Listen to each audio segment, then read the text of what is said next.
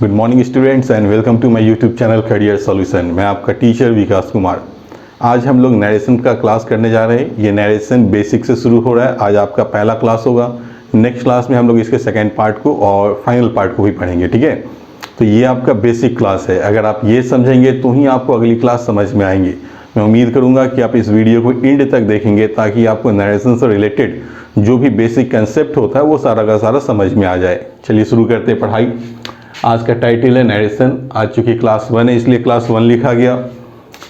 Narration में 3 चीज़ को ध्यान में रखना होता है, change of tense, change of person और चेंज ऑफ पंक्चुएशन मार्क, ठीक है। ये सारी चीज़ें क्या होती हैं आपको तुरंत समझ में आ जाएगा। चेंज ऑफ टेंस कहने का मतलब है कि जब मेरा सेंटेंस नरेशन में, दैट मीन्स डायरेक्ट स्पीच में, यहाँ देखिए समझ में आ जाएगा, जब कोई सेंटेंस डायरेक्ट स्पीच में लिखा गया हो, ठीक है, तो इन्वर्टेड कॉमा के बाहर जो पार्ट लिखा गया होता है, इन्वर्टेड कॉमा के बाहर जो भी पार्ट लिखा गया होता है, ठीक है, इसे हम लोग क्या कहते हैं, रिपोर्टिंग वर्ब कहते हैं, रिपोर्टिंग वर्ब।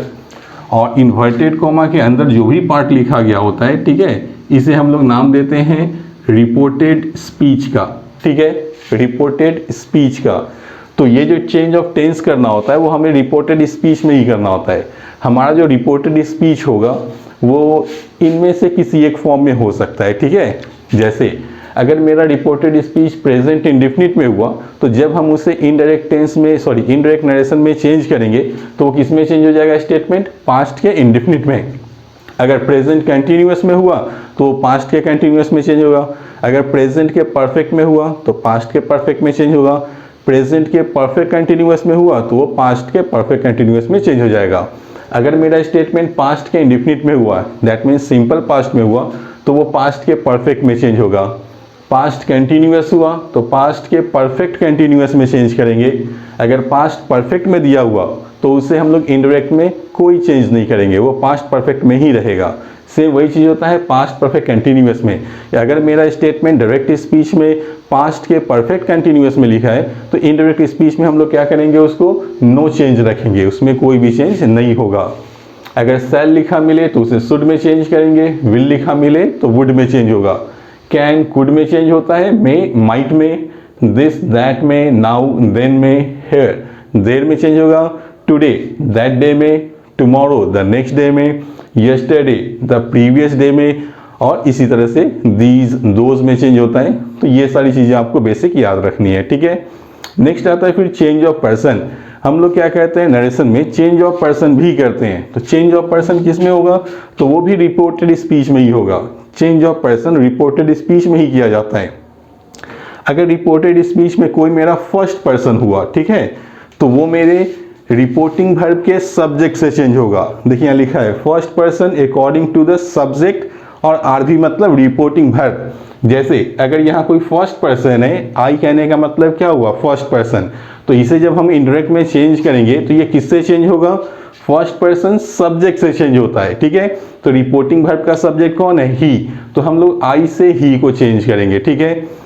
अगर कोई रिपोर्टिंग वर्ब में मेरा अगर कोई सेकंड पर्सन हुआ तो हम उसे रिपोर्टिंग वर्ब के ऑब्जेक्ट से चेंज करेंगे। जैसे यहाँ देखिए सेंटेंस में लिखा है यू, यू मतलब सेकंड पर्सन, तो ये सेकंड पर्सन किससे चेंज होगा, रिपोर्टिंग वर्ब के ऑब्जेक्ट से, यू को मी से चेंज करेंगे। और अगर कोई थर्ड पर्सन हुआ तो उसे हम लोग चेंज नहीं करेंगे। दैट मीन्स अगर रिपोर्टेड स्पीच में कोई थर्ड पर्सन हुआ तो उसे हम लोग चेंज नहीं करेंगे, वो एज इट इज रहेगा, ठीक है। ये तो हुआ change of person, change of tense, ठीक है। अब हम लोग आते हैं कुछ बेसिक जो रूल्स होता है इससे रिलेटेड, उसे समझ लेते हैं। When the reported speech is positive, जब मेरा रिपोर्टेड स्पीच, ये हुआ मेरा रिपोर्टेड स्पीच, पॉजिटिव स्टेटमेंट हो या निगेटिव स्टेटमेंट हो, गौर करके देखिए, I am playing with you, ये मेरा पॉजिटिव स्टेटमेंट है। We are not playing with you, ये मेरा नॉट लगा तो क्या हो गया, स्टेटमेंट निगेटिव हो गया। तो जब मेरा रिपोर्टेड स्पीच पॉजिटिव या नेगेटिव हो तो हम लोग रूल क्या अप्लाई करेंगे, we apply that in place of inverted commas. तो जहां भी इन्वर्टेड कॉमा आया हम यहाँ पे क्या यूज कर लेंगे, दैट का यूज करेंगे, ठीक है। चलिए हम लोग और इसके दूसरे रूल को देखते हैं। सेड के बाद अगर ऑब्जेक्ट लिख दे, सेड के बाद अगर ऑब्जेक्ट लिखा हो तो सेड किस में चेंज हो जाएगा, टोल्ड में। जैसे यहाँ देखिए सेड के बाद लिखा मी ऑब्जेक्ट आ गया, तो जब हम इसे इनडायरेक्ट में चेंज करेंगे तो सेड को क्या लिखना होगा, टोल्ड लिखना होगा। अगर यहाँ से या सेज लिखा होता तो हम इसे टेल या टेल्स में चेंज कर लेते हैं, ठीक है। नेक्स्ट है सेड प्लस नो ऑब्जेक्ट। अगर सेड के बाद कोई ऑब्जेक्ट ना दे तो हम लोग सेड को सेड ही लिखेंगे, ठीक है। से लिखा हो तो से लिखेंगे, ठीक है। सेज लिखा हो तो सेज लिखेंगे, बशर्ते कब, जब ऑब्जेक्ट ना दिया हो तब। नेक्स्ट है इन इंटरोगेटिव सेंटेंस टोल्ड और सेड चेंजेस इनटू आस्क्ड। अगर मेरा सेंटेंस इंटरोगेटिव हो, जैसे यहाँ देखिए are you playing with us, interrogative है, तो जब इंटरोगेटिव सेंटेंस हो तो यहाँ सेड लिखा मिले या टोल्ड लिखा मिले, इसे किस में चेंज कर लेंगे, आस्क्ड में, ठीक है। अभी सारी चीज़ें समझ में आ जाएंगी आपको, मुझे उम्मीद है यहाँ तक तो आपको समझ में आ ही गया होगा, ठीक है। एक छोटा सा और रूल है कि टोल्ड और आस्क्ड ये दोनों कहीं भी लिखा मिले, टोल्ड या आस्क्ड सेंटेंस में कहीं भी लिखा मिले, हम इसके साथ टू का यूज नहीं करते हैं।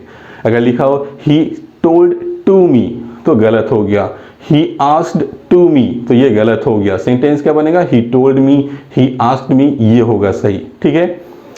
चलिए अब हम लोग आते हैं अपने रूल्स पर। देखिए एकदम बेसिक है और एकदम आराम से समझना है, ठीक है। बहुत ज़्यादा इसमें इफर्ट लगाने की जरूरत नहीं है। मैं भी जो समझाऊंगा, अगर आप इसे बहुत ही फोकस्ड होकर, बहुत ही रिलैक्स होकर समझेंगे तो आपको हर एक की पॉइंट्स, जो बेसिक पॉइंट्स होता है वो समझ में आ जाना है, ठीक है। चलिए देखते हैं। लिखा ही सेड टू मी, तो सेड के बाद ऑब्जेक्ट आया, तो सेड को क्या लिखना था, टोल्ड। चलिए हम लोग चेंज करते हैं, ही मेरा सब्जेक्ट है तो ही रहा, सेड के बाद ऑब्जेक्ट है तो सेड को क्या लिखना था, टोल्ड। देखिए गौर कीजिए, जब टोल्ड आ गया तो टोल्ड के साथ टू का यूज नहीं करते हैं तो ये टू नहीं लगेगा। जो मी ऑब्जेक्ट है हम क्या लिखेंगे, me. He said to me, change क्या हो गया, ही टोल्ड मी। यहां तक तो डाउट नहीं होना चाहिए। चलिए आगे देखते हैं। आई am playing with you positive statement है, तो रूल क्या बताया गया कि जब सेंटेंस पॉजिटिव हो या नेगेटिव तो हम लोग इन्वर्टेड कॉमा की जगह क्या लगाते हैं, दैट। तो चलिए मेरा स्टेटमेंट पॉजिटिव है तो इन्वर्टेड कॉमा की जगह पे क्या यूज कर लेंगे, दैट। यहां तक में डाउट नहीं होना चाहिए। अब हमें क्या करना है, चेंज ऑफ पर्सन और चेंज ऑफ टेंस। चलिए देखते हैं। बहुत बार ऐसा होता है, बहुत सारे स्टूडेंट को समझने में परेशानी होती है क्योंकि वो प्री ऑक्युपाइड माइंड के साथ इस चीज़ को समझ रहे होते हैं। चलिए हम लोग को ऐसा नहीं करना है। हमने क्या पढ़ा कि फर्स्ट पर्सन सब्जेक्ट से चेंज होता है, सेकंड पर्सन ऑब्जेक्ट से चेंज होता है, यही पढ़े। अब लोग क्या देखता है कि यहाँ आई है, यहाँ ही है तो यहाँ ही लिख दो, यहाँ यू है, यहाँ मी है तो यहाँ मी लिख दो, लेकिन हमें ऐसी गलती नहीं करनी है, ठीक है। हम लोग एकदम एग्जैक्ट देखेंगे रूल क्या कहता है और किस तरह से सही में सब्जेक्ट चेंज होता है। चलिए देखते हैं।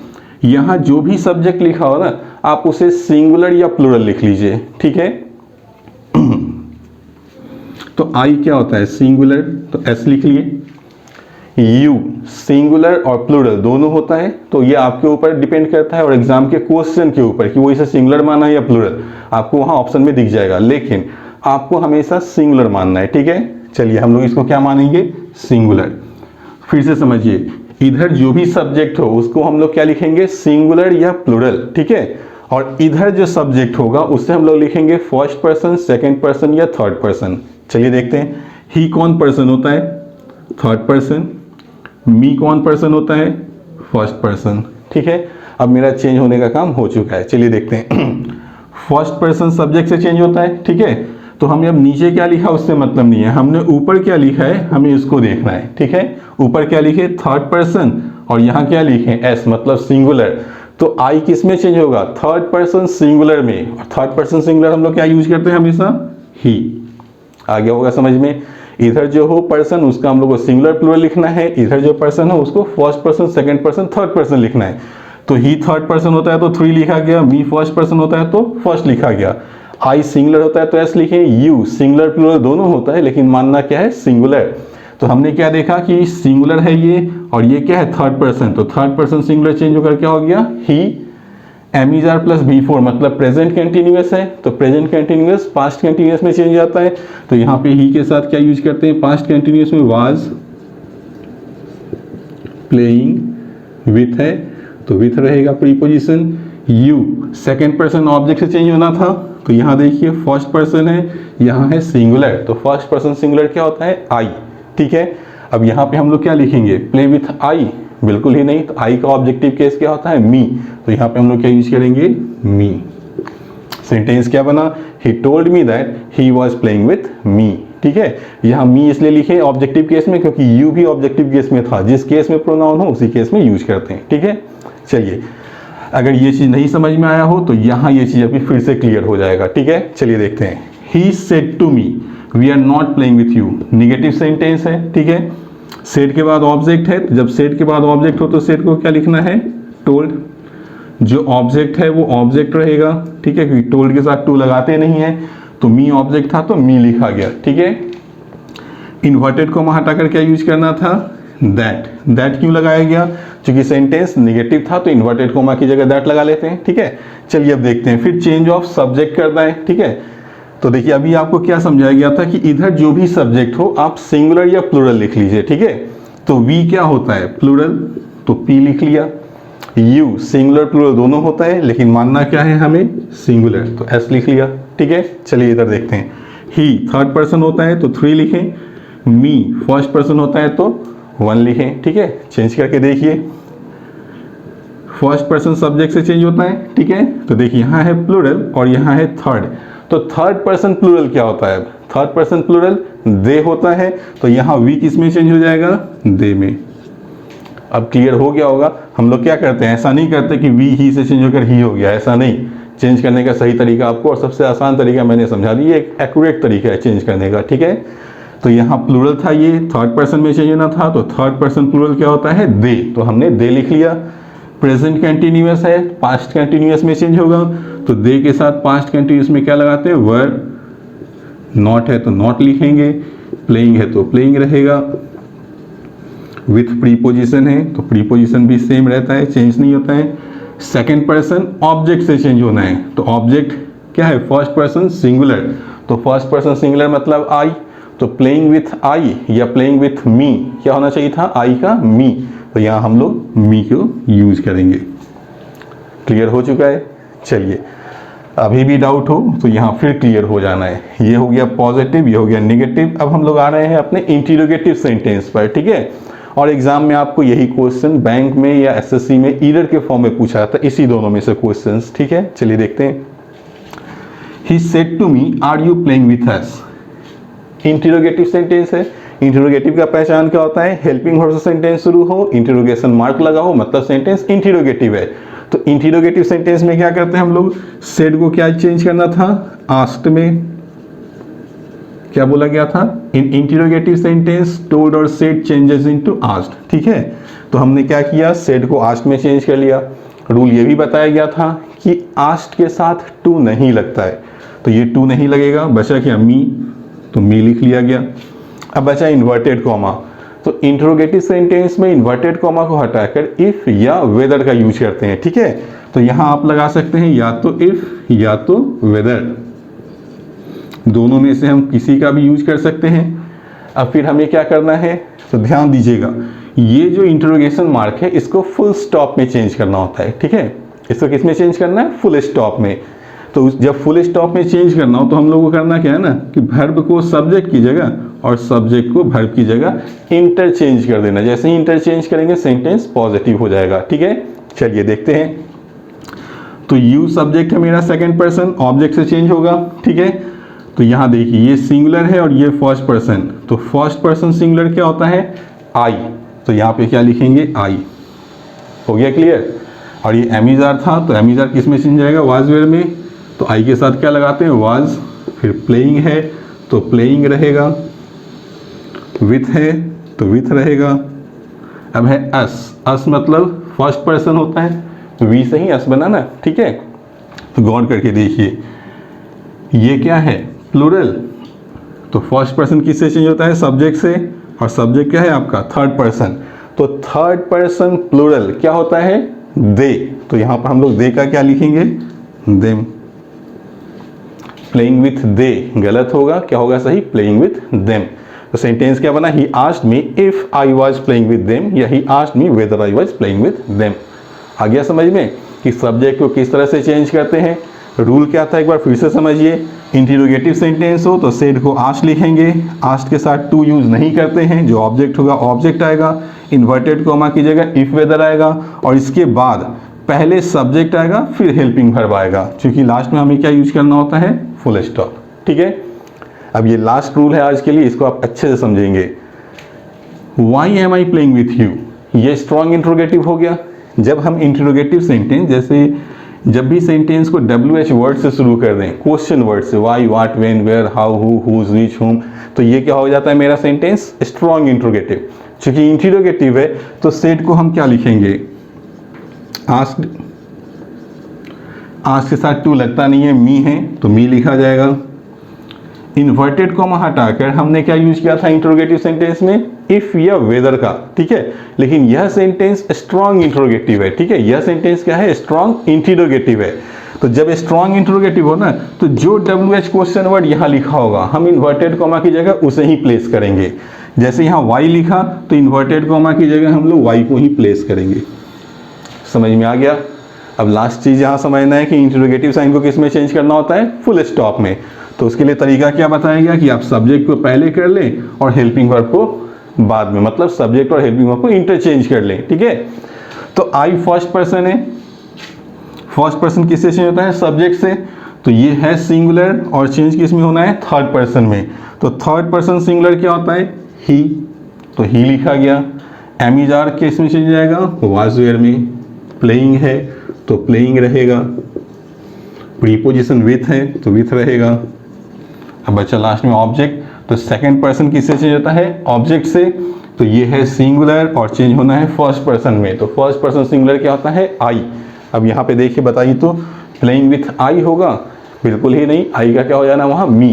तो हम लोग यहाँ पे क्या यूज कर लिए, मी। तो ये हुआ आज के लिए आपका बेसिक क्लास नरेशन का। ठीक है, ये क्लास 1 है। ये जो रूल्स होते हैं, जो बेसिक्स होते हैं, वो मैंने आज आपको समझाया।